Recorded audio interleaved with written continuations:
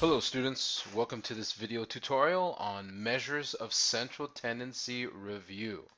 Now it's very important that you have a calculator handy, either your own calculator or you can use the one on your device or you can use the one in accessories on your computer. Okay, you've got to have a calculator to do these calculations.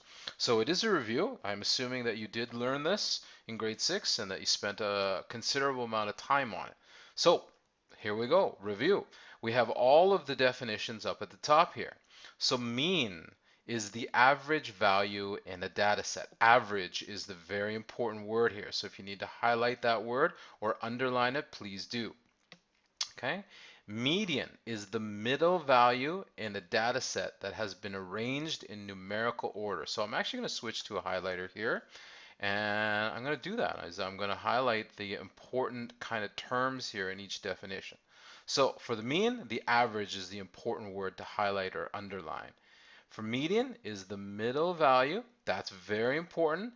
And then of course, all the data has to be arranged in numerical order. Numerical order means lowest to the highest. So let's go to the mode. The mode is the value that occurs most frequently in a data set. There can be more than one mode. And range is the difference between the highest and the lowest value. Difference, of course, whenever you hear the word difference, you have to make a parallel to a mathematical operation. Mathematical operation, difference is subtraction. Okay, so you need to work these out with me, okay? Don't just copy them. I want you to work them out on your calculator here. I've got my calculator open. Okay, so part one is mean. Find the mean of these given numbers, 5 and 12. Well, the average. So what we do with the average is, I want you to show all your steps. The first step in finding the average is you add all the numbers together to find a sum. So if we do mental math, 5 plus 12 is 17, or you can use your calculator. 5 plus 12 is 17. Okay? All right, now average. It's not just about the sum because the sum and the average are two different things. We need to find the sum before we can get the average. So next, what we have to do is, for average, we have to use division. Okay, so we have two operations. First, we have addition to find the sum, and then division. Now, what do we divide by? Well, we divide by the number of pieces of data. So let's look at our data. We have two pieces of data. So we're going to divide by 2. Okay, so if we go over here, use your calculator, 17 divided by 2.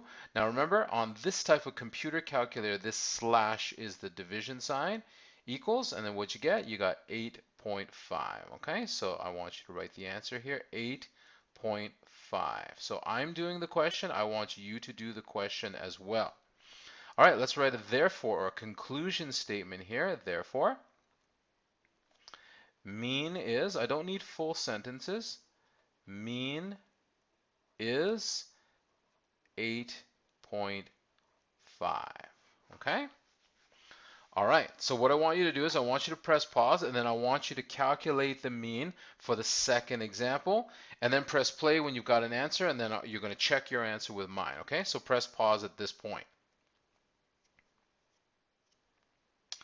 Okay, so now that you're back, I'm going to assume that you've got an answer. So again, I want you to show all your work. I don't just want you to do everything on your calculator because I won't know what you've done.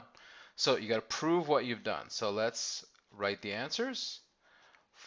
Sorry, the pieces of data, 4 plus 7 plus 15 plus 21 plus 29.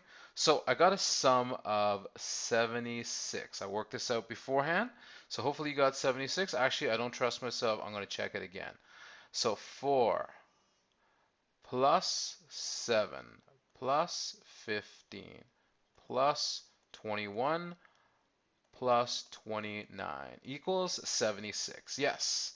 All right, now we've got to use division when we're doing average. Dividing by, how many pieces of data were there? There were 1, 2, 3, 4, 5. We divide by 5. Okay. 76 divided by 5 is 15.2. Now don't be afraid of decimal answers here. The good thing about these two questions is we only had one decimal place in our answer. Sometimes we get a really messy decimal, and I'll give you instructions on what we're going to do with that, okay? All right, so therefore, that's right, don't forget your conclusion statement. Therefore, mean is 15.2, okay? So this symbol here, the triangle made out of circles, is the therefore statement, okay? So that's mean. So I hope that's coming back to you. I hope you remember that from last year. All right, let's go on to part two. Part two is median. Let's just review. Median is the middle value in a data set that has been arranged in numerical order. So this is very important here, numerical order. So when we look at our data set, whenever we have numbers here, this is called a data set. Let's write these numbers in numerical order. So we scan them and we find the lowest number. So the lowest number is 3. So this is kind of step one of median. We have to arrange the numbers in numerical order. So what I do is I just make sure I put a little check mark above it. All right, so what's the next number in numerical order? Looks like it's 14. Okay, so again, if you kind of get this, then you can get a little bit ahead of me. So I've taken care of the 14. Let's put a little check mark above it. So what's the next largest number in numerical order? Well, looks like it's 21. So let's continue. Make sure you put a comma in between the numbers. Put a check mark here. Now the reason why I'm checking them off is so that I can visually see that number has been accounted for. All right, so the next number is 31. And then the last number, the highest number in the data set is 56. Okay? All right, so we've taken care of the first step. We write the numbers in numerical order. Now, all we have to do is find the middle number. So what you want to do is you want to count from the outside. So we have 1 on the outside, 1 on the outside. We come in 1, we come in 1, and then in this case, we've got one number in the middle, okay? The middle value. All right, so the middle value is 21. So let's write a therefore statement. Therefore, median is 21. Okay, pretty easy. All right, let's go on to example 2. Find the median of these given numbers. So what I want you to do is I want you to press pause here, but before you do that, I want you to look at these numbers and arrange them in numerical order. And then I think that what you're gonna find something new, okay? You're gonna find something different about this data set. So come back to me when you've got the numbers in numerical order. So press pause now.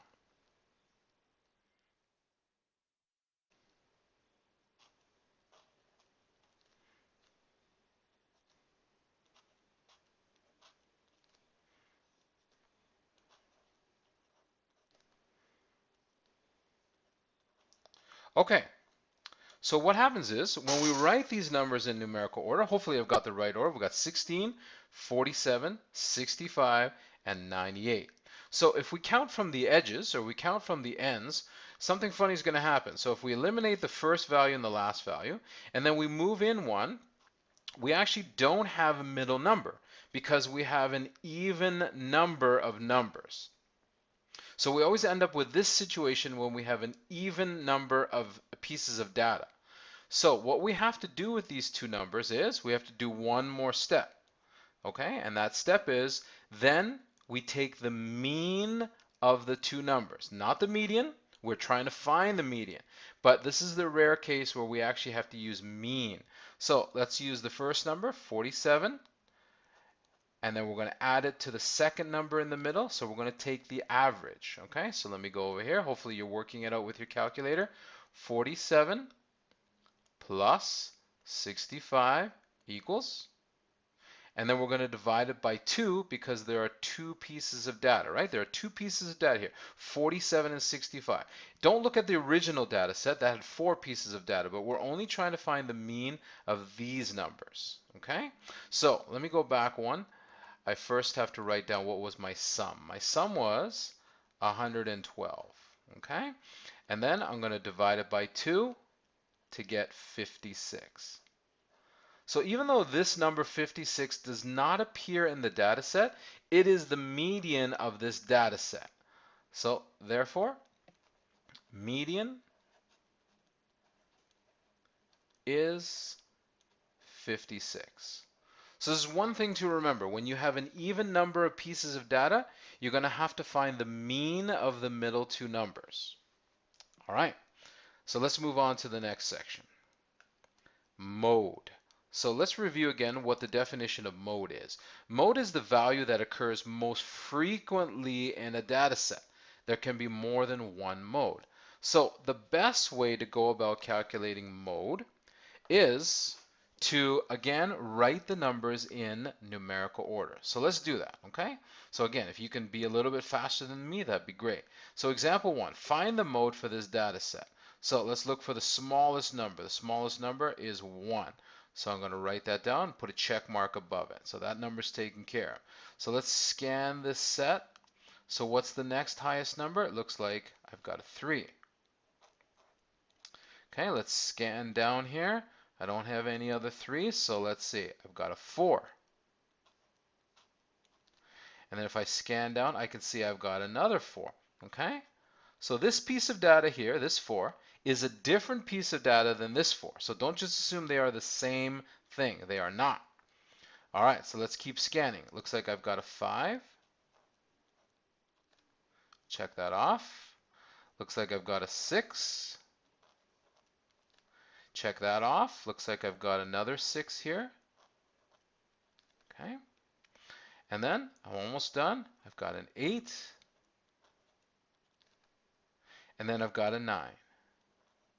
So what I always do is I always count the number of data in the data set. So we've got 1, 2, 3, 4, 5, 6, 7, 8, 9 pieces of data. Make sure I've got 9 pieces of data in my list. 1, 2, 3, 4, 5, 6, 7, 8, 9. Okay, now remember the mode is the value that occurs most frequently. So let's scan our list here. So are there any numbers that appear more than once? We've got here 2 4s and we've got 2 6s. None of the numbers appear 3 times and all of the other numbers appear just once. So in this case, there are 2 modes, okay? So modes are 4 and 6 because these two numbers appeared most frequently. Now, here's a little bit of vocabulary that I want you to be using here. In this case, whenever we have 2 modes, it's called bimodal. Bimodal. Now, if we have 3 or more modes, it's called multimodal. So if you really want to sound smart, throw around that vocabulary. Okay? All right. So let's go on to example 2. So what I'd like you to do is I'd like you to press pause. I'd like you to work this out. And then when you come back, I will have the answer completed as well. Okay, so I want you to press pause. I'm going to do the same. Okay, I'm back. So I've got all my numbers written in numerical order. And it looks like the number that appears overwhelmingly the most number of times is the number 2.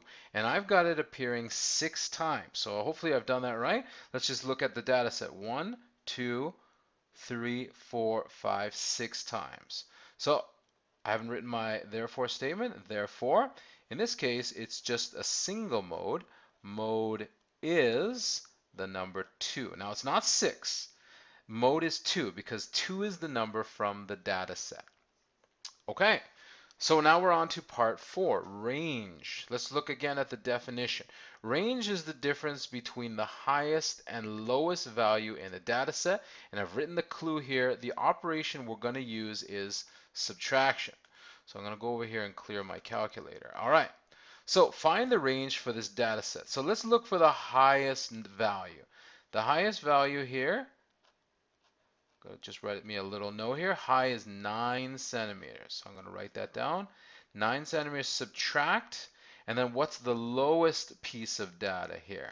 So it looks like I've got 3 centimeters here. So I'm just going to mark that as low. So highest value, 9 centimeters, subtract the lowest value equals 6 centimeters. Now in this data set, the units were given, so I'm going to work with those units in my answer. So therefore, range is 6 centimeters. Highest value subtract the lowest value. Okay, so let's go on to example 2. Fairly simple. Let's see if you can do this for yourself. I'm going to kind of pause a sec. I'm going to give you a little head start. I want you to identify the high number, identify the low number, and subtract them.